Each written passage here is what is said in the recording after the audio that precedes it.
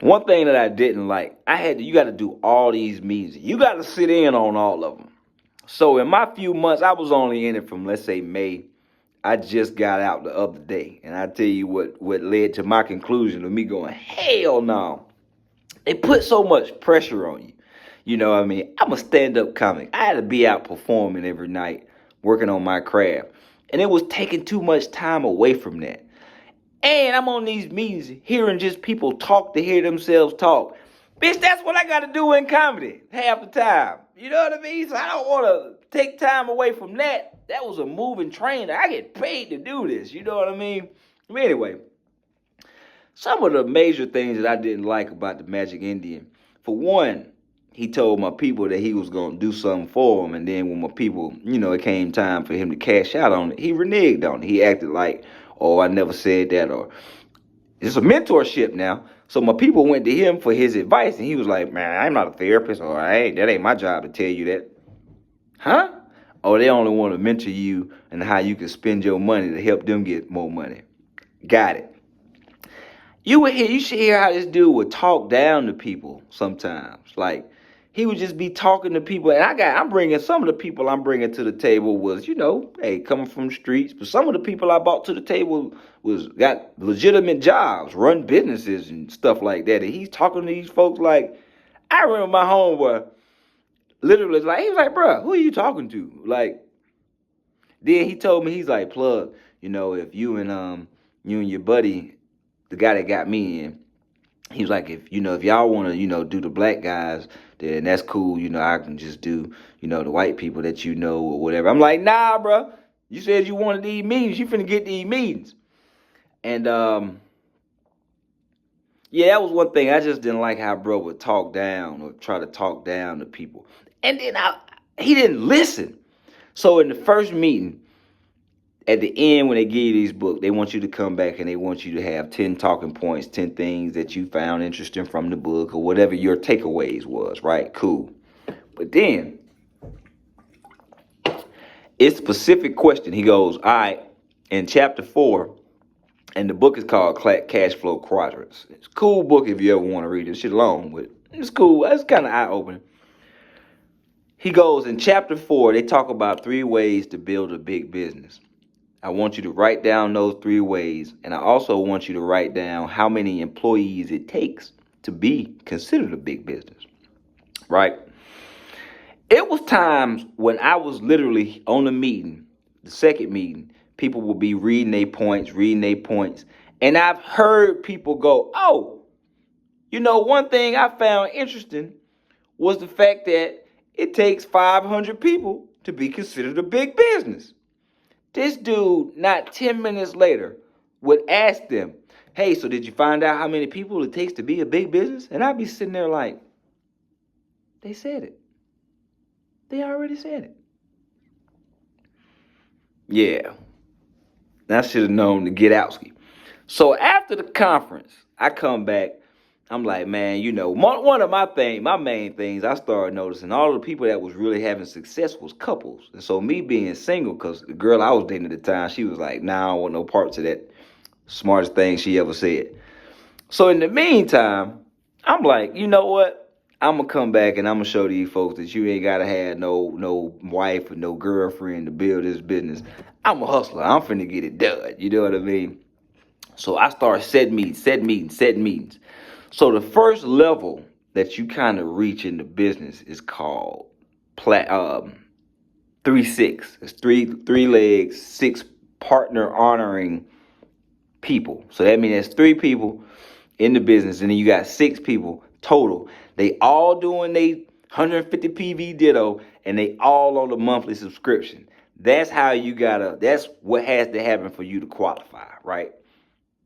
So it's gonna be some months where people can't make their ditto, or it's some months where people might just come into business. You get your first month free on subscription. That don't count towards what you got going on. And I'm like, nah, I don't like this.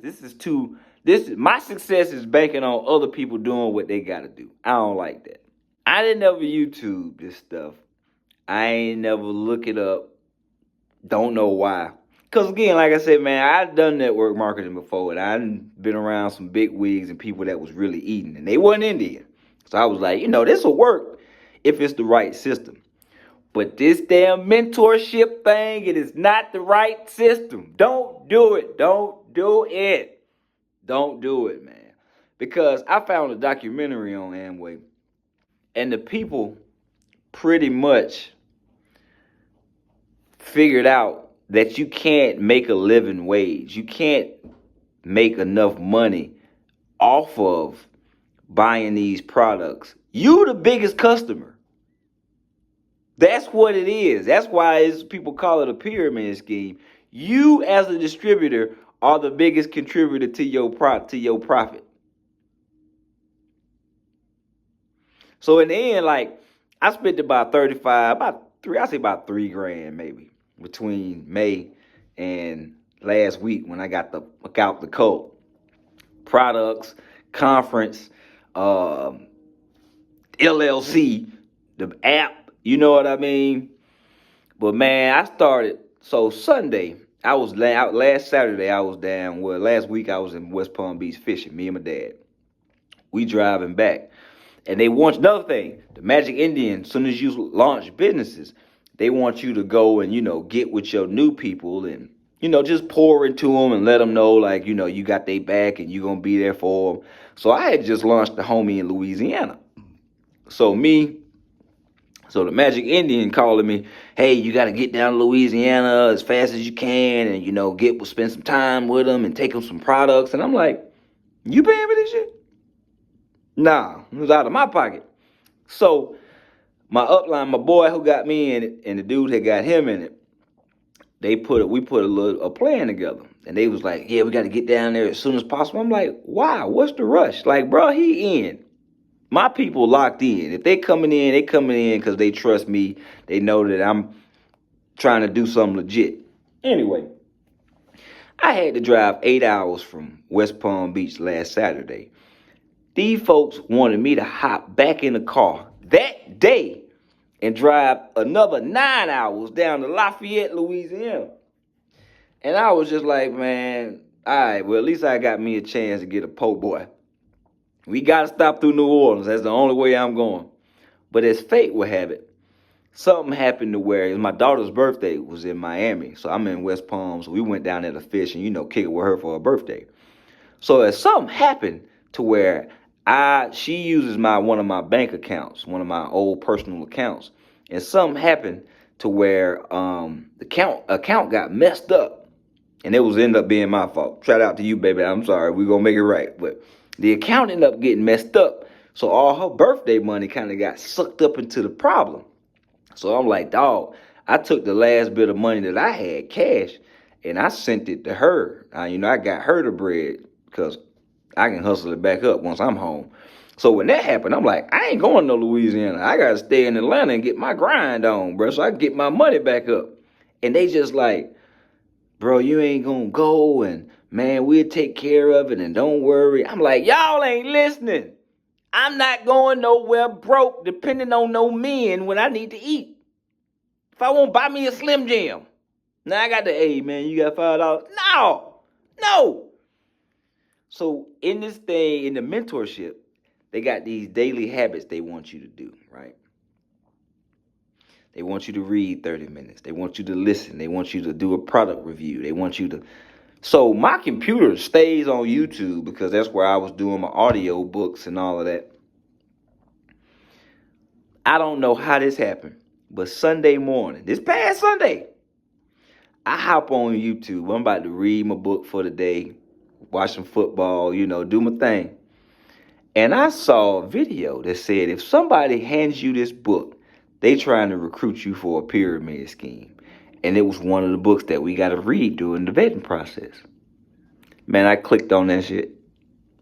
And when I tell y'all, I went down a rabbit hole because it was so interesting. Nobody on YouTube had anything good to say about this business. But it wasn't a business. It was these mentorship groups. And I'm hearing people tell a story how they and their wife lost $20,000, $50,000, and didn't see no returns off of it. You just pour money into it. I was like, oh no, I'm out, bro. I don't know how I didn't catch this. Being high, Don't smoke. It's one particular story. This girl talked about how she made it to a certain pen level in the business. She made it to a certain plateau and she got out. She was like, yo, the money that they promise you. And what I learned, so I was talking about those plateaus that you hit. You hit 3.6, 6.15, 9.35, then you start your platinum qualification. They tell you that platinum is $60,000 a year residual. But what they don't tell you, and the girl breakdown in the video, that means it's $60,000 that's coming into your business. That's not what you taking home. Then you got to pay your own taxes. She was saying like she hit a bonus and the check was supposed to be like 3,000 and it was like 1,200. She's like, where the rest of my money at? Bruh, then she started talking about like it was cult. Like she started talking about how like they didn't want her to wear certain stuff and they started putting pressure on her to like do a hair a certain way. Bruh, then if you got a girlfriend or a boyfriend, soon as you get in, they gonna try to get them. Well, what's up with your girl? What's up with your guy? Like they gonna join the business? Or if they don't join the business, then you shouldn't date them. Like, bruh. And I was telling them about my ex-girlfriend. I'm like, let me get going and see what this really is before I just rope somebody else into the foolery. Hey, don't do it. Don't do it. Again, the products was dope. Some of the people was cool, you know what I mean? Like I still plan. I'm not now, these folks ain't gonna call you. Oh, so it turns out that I called my buddy Austin after I spent that whole Sunday going down the rabbit hole, and I'm just reading comments, people telling stories about how their parents was in it. They lost their money, how they grew up as kids, and the parents never really spent time with them because they spent all their time trying to build this business, and it got depressing to the point where I called Austin. I was like, bro, I'm out. As it turns out, he was feeling the same way because the Magic Indian made him some promises that he didn't follow through on, like I was talking about earlier. And it's just crazy that we both was feeling the same way. Now, I was about to hit the 3.6 plateau, right? And that's supposed to be $500 a month residual. Man, it's $500 going into your business or whatever. That ain't no money. Not from what you putting out. When I tell you, I called my boy just out of respect that next day and told him, like, bro, I'm out. You know what I mean? And I'm going to do this, and I'm just going to focus this time and energy on my endeavors and things that I'm already working on that's paying me. You know what I mean? And he, he didn't really try to, oh, man, you got to stay. He was like, man, I feel, I hate to see you go because you was, doing so well. Come to find out, I was his biggest leg. That's what it was because I was 2.5. No, I was 3.5, not 3.6. I was 3.5. He was like, so what happens to your team? And I was like, man, when I go, they probably gonna go too.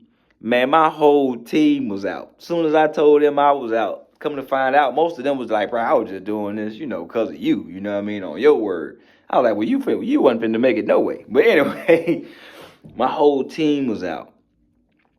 Then he kept, so the next day, the Magic Indian and all, and I told him, I said, bro, tell your people don't call me. Don't be trying to resell me. I'm done, dog. Like, it's nothing that I'm going to be able to do. Nothing they going to be able to say or do. That didn't stop nothing. About 30 minutes later, so I unsubscribed from the group me. I unsubscribed from the LLC app. I canceled all of that shit. So the Magic Indian texts me. He's like, hey, plug, I saw you left the group. Was that on purpose? I was like, yeah. So the rest of the day and the day after, it just was like these group chats. Because then another thing, you in like 30 group chats. So it's these group chats to all of my individual team members. They screenshotting me. He's like, hey, we heard Plug was quitting, but we still want to help you, become successful. And they like, bro, we out. Then dudes started texting like a narcissist. Oh, if I did anything, if I wronged anybody, I apologize. Just let me know. The final straw, leaders don't do that.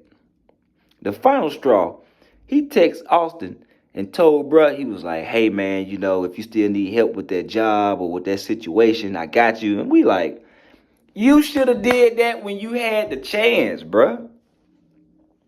You should have did that when you had the opportunity to make things right and come through on your word. So man, it's a lot more, but I ain't gonna hold y'all. Again, if you want to become an Amway member, and they tell you, oh, you can just go to the website, but you won't be successful. You can go sign up, but you won't have anybody helping you. You don't need no help. The product speaks for itself. You can literally go to Amway.com, pay $76, become an IBO. It's $76 for the year. You don't have to be join no LLCs, no worldwide, none of those groups. You don't have to join any of those. You don't have to pay for no audios. You don't have to attend no meetings. All you got to do, and you don't have to do 150 PV. I think to be considered a member or a business owner, you got to do like 50 PV. That's about 75 to $100 of product. That's normal. If I let all my cleaning supplies get low, if I let my laundry detergent get low and go buy me some snacks, I'm going to spend about $80, $100. I can do that. Because my dad liked the CBD cream, the gummies, the vitamins. They was all cool. But I'm not, nope. The next person that calls me about a damn mentorship or try to recruit me to some network marketing, this is for you in advance. Y'all, but I'm not doing none of that shit. But before I go, man, I want to tell y'all how you spot a scam. If somebody approaches you about a business and they won't tell you what this business is, they start talking around you, because we were told, well, if anybody asks you, what is it? You're supposed to say, oh, well, I can't tell you what my mentors do. I'm not qualified to give you that information. I can just say that they leveraged e-commerce and the internet back in the day and whatever. If don't nobody tell you what it is, it's probably a scam. And if you end up at a meeting and there's a bunch of Indian people dancing, who's fired up? Who's fired up? Bruh, run. Run, run, run, run. And I'm going to end this by saying something. My partner told me, now he's a certified street dude. I was doing something. I had one of those Lyft rental cars. And I instantly took that rental car back because I realized, but these folks is getting over. Not only are they overcharging you to rent this car, they ain't even giving you the same money when you do the rides. So I had to sit at the rental center for about 2 hours waiting to get processed and, get all my paperwork done to get out. My homeboy said, hey, man, I sat out here waiting on you. And I didn't see no white people go in here and sign up for this business. He was like, that's how you know it's the monkey hustle. If white people ain't involved in it, run. And looking back on it, yeah, there's 100 people on this Zoom every Tuesday. But it wasn't a lot of them that was white. Out of that 100 people, it probably was 6 or 7. You know what I mean? And at that conference, if it wasn't white people on that stage talking, there wasn't many white people in that audience. They preying on the minorities. They preying on us. So that's all I can really think of, man, right now. Anybody got any comments? I'm open to hear it. If you done made all of these millions with Amway and these leadership groups, please drop a comment. I want to talk to you.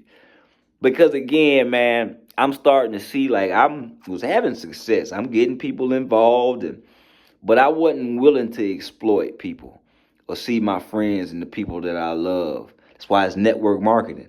I didn't want to see the people that I care about go into financial ruin just trying to hit these quotas and all that. And that's not what I want to dedicate my life to. It's like they talk about residual income and, you don't have to, after you build it, you don't have much work to do. That's a lie, because you constantly going to have to keep doing meetings, if not for yourself, for your team, once they get big. The Magic Indian was on vacation in Hawaii on a Zoom doing meetings for me. And I'm like, bruh, we just do it when you get back. No, we can do it. I'll get up. I'll wake up and do it. Ain't no way. If I'm on vacation, I'm on vacation. And I'm just thinking about me. I was in Colombia. Y'all know how I be on the move. I was in Colombia. doing meetings, taking an hour out my day, leaving the club early to come home and do a Zoom. Nah. And that was one of the things that kind of drew me into it, because when I heard residual income, I got a little bit of residual income from my comedy playing on the radio. But, I'm like, okay, if I could build this and to where I'm making $1,000, $2,000 a month, then I can stay in Colombia a little longer than I normally do, because I had to come back home and hustle. You know what I mean? Hey, man, I was in a cult. I'm a survivor. And as bad as I kind of felt about being taken advantage of, being so naive to where I didn't see this coming, I'm glad I caught it and got out at the right time. But more importantly, I'm glad I got my people out. So hey, it ain't Amway. Amway is like, and to use this metaphor, Amway is like the kingpin. They just the distributor. They don't care about who get killed in the streets trying to hustle these products. As long as you coming to them to buy the products, hey. Because when I called Amway and I asked them, do they have anything to do with these leadership groups and all of these organizations? Bro kind of told me, he was like, man, I can't really give you that info, but nah, that's separate. That's something totally different. So that's how they run the scam. They run the scam through this mentorship program.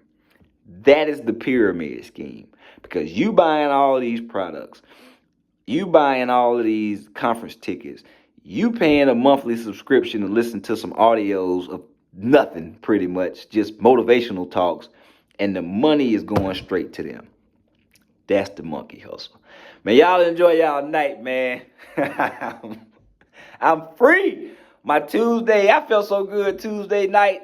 I went and did some comedy and was like, I ain't got to go home and get on this dumbass meeting. I'm finna hang out.